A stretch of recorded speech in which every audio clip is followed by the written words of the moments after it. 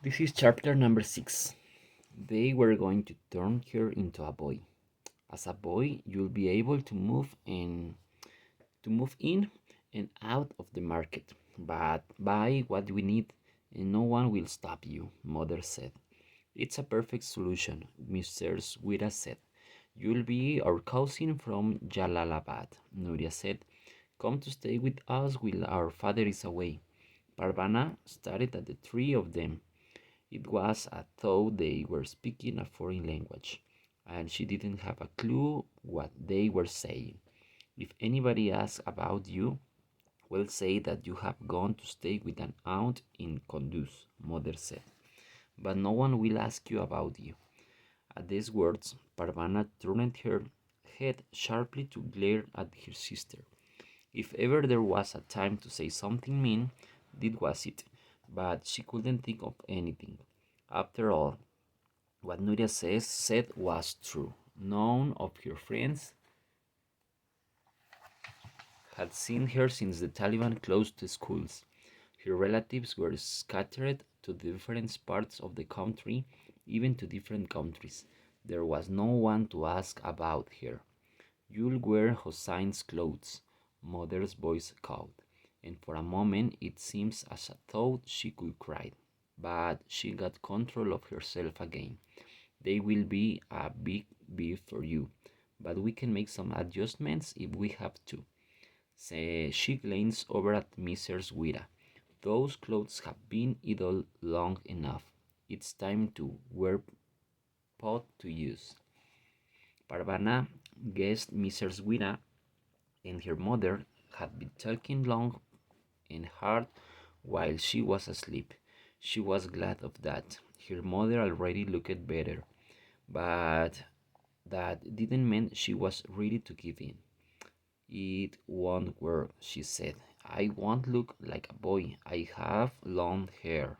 Nuria opened the cupboard door, took out the sewing kit, and slowly opened it up. It looked to Parvana as if Nuria was having too much fun as she lifted out the scissors and snapped them open and shut a few times. You are not cutting my hair. Parvana's hands fled up to her head. How else will you look like a boy? Mother asked. Cut Nuria's hair. She's the oldest. It's her responsibility to look after me. No, my responsibility to look after her. No one will believe me to be a boy, Nuria said calmly, looking down at her body. Nuria, being calm just made Parvana madder. I'll look like that soon, Parvana said. You wish. We'll deal with that when the time comes, Mother said quickly, heeding off the fight of the new was coming. Until then, we have no choice. Someone has to be able to go outside, and you are the one most likely to look like a boy. Parvana thought about it. Her fingers reached up her back to see how long her hair had grown.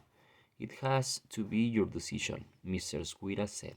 We can force we can force you to cut up your hair, but you are still the one who has to go outside and act the part. We know this is a big thing we are asking, but I think you can do it. How about it? Parvana realized Mrs. Wira was right. They could hold her down and cut off her hair, but for anything more, they need to cooperation. In the end, it really was her decision. Somehow knowing that made it easier to agree. All right, she said, I'll do it. Well done, said Mrs. Wira. That's the spirit. Nuria snapped the scissors again. I'll cut your hair, she said. I'll cut it, Mother said, taking the scissors away. Let's do it now, Parvana. Thinking about it won't make it any easier. Parvana and her mother went into the washroom where the cement floor would make it easier to clean up the cut off hair. Mother took Hossein's clothes. It took Hossein's clothes in with them. Do you want to watch? Mother asked, nodding toward the mirror. Parvana shook her head. then changed her mind. If this was the last, sh- if this was the last she would see of her hair, then she wanted to see it for as long as she could. Mother worked quietly. First, she cut off a huge chunk in a straight line at her neck. She held it up for Parvana to see. I have a lovely piece of ribbon packed away, she said. We'll tie this up with it, and you can keep it. Parvana looked at the hair in her mother's hand. While it was on her head, it had seemed important. It didn't seem important anymore. No, thanks, said Parvana, threw it away. Her mother's lips tightened. If you are going to sulk about it, she said, and she tossed the hair down on the floor. As more and more hair fell away, Parvana began to feel like a different person.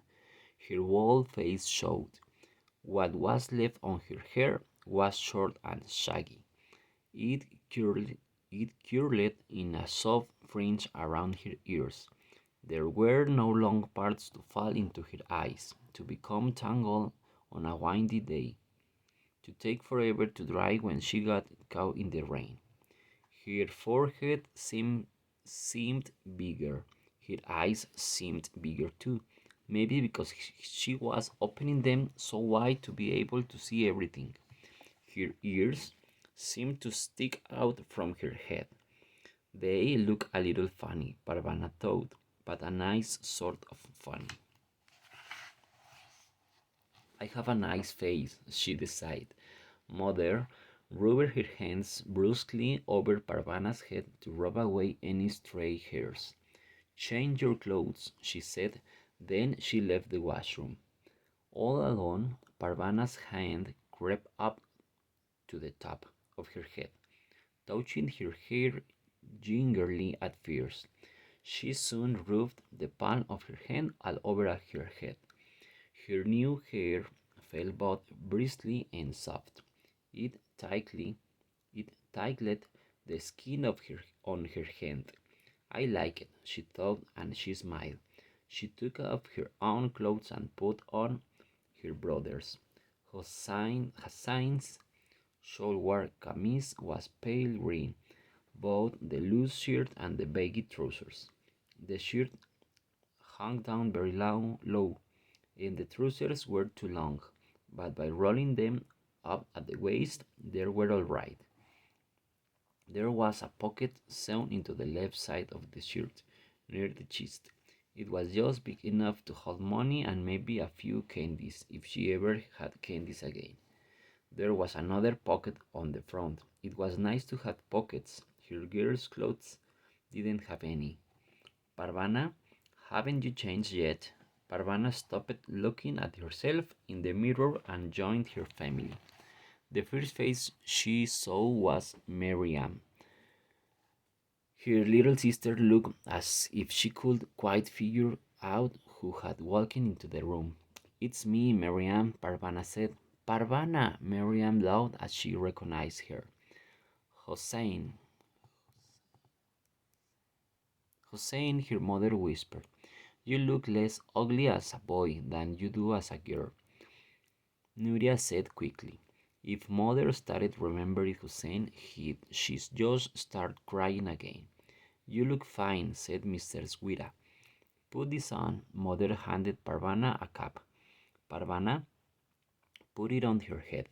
It was a white cap with beautiful embroidery all over it. Maybe she'd never wear her special red shalwar kameez again, but she had two new caps to take its place. Here's some money, her mother said. Buy what you were not able to buy yesterday. She placed a pakul around Parvana's shoulder. It was her father's. Hurry back. Parvana tucked the money into her new pocket. She slipped her feet into her sandals, then reached for her chador. You won't be needing that, Nuria said.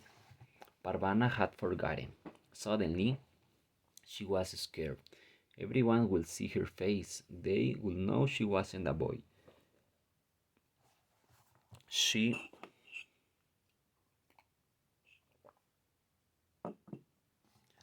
she turned around to plead with her mother. Don't make me do this. You see, Nuria said in her nastiest voice. I told you she was too scared.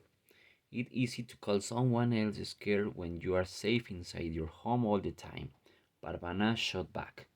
She spun around and went outside, slamming the door behind her. Out on the street, she kept waiting for people to point at her and call her a fake. No one did. No one paid any attention to her at all. No one paid any attention to her at all. The more she was ignored, the more confident she felt. When she had gone into the market with her father, she had kept silent and covered up her face as much as possible. She had tried her best to be invisible. Now, with her face open to the sunshine, she was invisible in another way. She was just one more boy on the street. She was nothing worth paying attention to.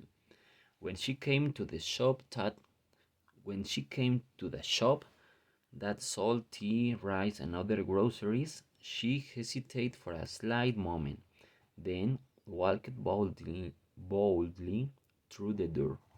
I'm a boy, she kept saying to herself. It gave her courage. What do you want? The grocer asked. Some tea, Parvana stammered out. How much? What kind? The grocer was gruff, but it was an ordinary but moved gruff, not gruff out of anger that there was a girl in his shop. Parvana pointed to the brand of tea they usually had at home. Is that the cheapest? This one is the cheapest. He showed her another one. I'll take the cheapest one. I also need 5 pounds of rice. Don't tell me you want the cheapened kind, big spender. Parvana left the shop with rice and tea, feeling very proud of herself. I can do this, she whispered. Onions were cheap at the vegetable stand. She bought a few. Look what I got, Parvana exclaimed as she burst through the door of her home. I did it. I did the shopping and nobody bothered me.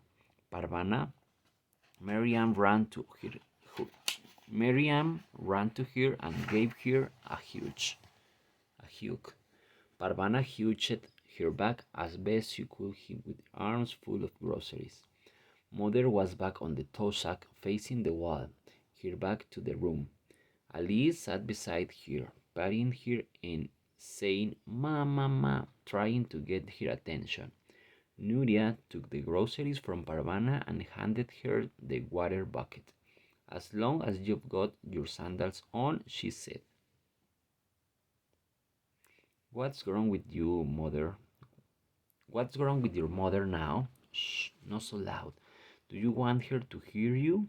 She got upset after seeing you in Hussein's clothes. Can you blame her? Also, Mrs. Guira went home, and that's made her sad. Now, please go and get water. I got water yesterday.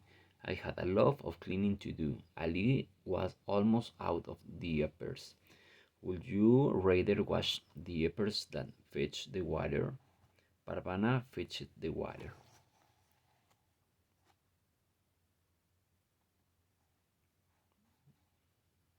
I got Parvana fetched the water. Keep those clothes on, Nuria said when Parvana returned. I've been thinking about this. If you are going to be a boy outside, you should be a boy inside too. What if someone comes by? That made sense to Parvana. What about mother? Won't it upset her to see me in Hussein's clothes all the time? She'll have to get used to it. For the first time, Parvana noticed the tired lines of Nuria's face. She looked much older than 17. I'll help you with supper, she offered. You help? All you do is get in. All you do is get in my way. Parvana fumed. It was impossible to be nice to Nuria. Mother got up for supper and made an effort to be cheerful. She complimented Parvana on her shopping success, but seemed to have a hard time looking at her. Later that night, when they were all stretched out for sleep, Eli fused a little. Go to sleep, Hussein, Parvana heard her mother say. Go to sleep, my son.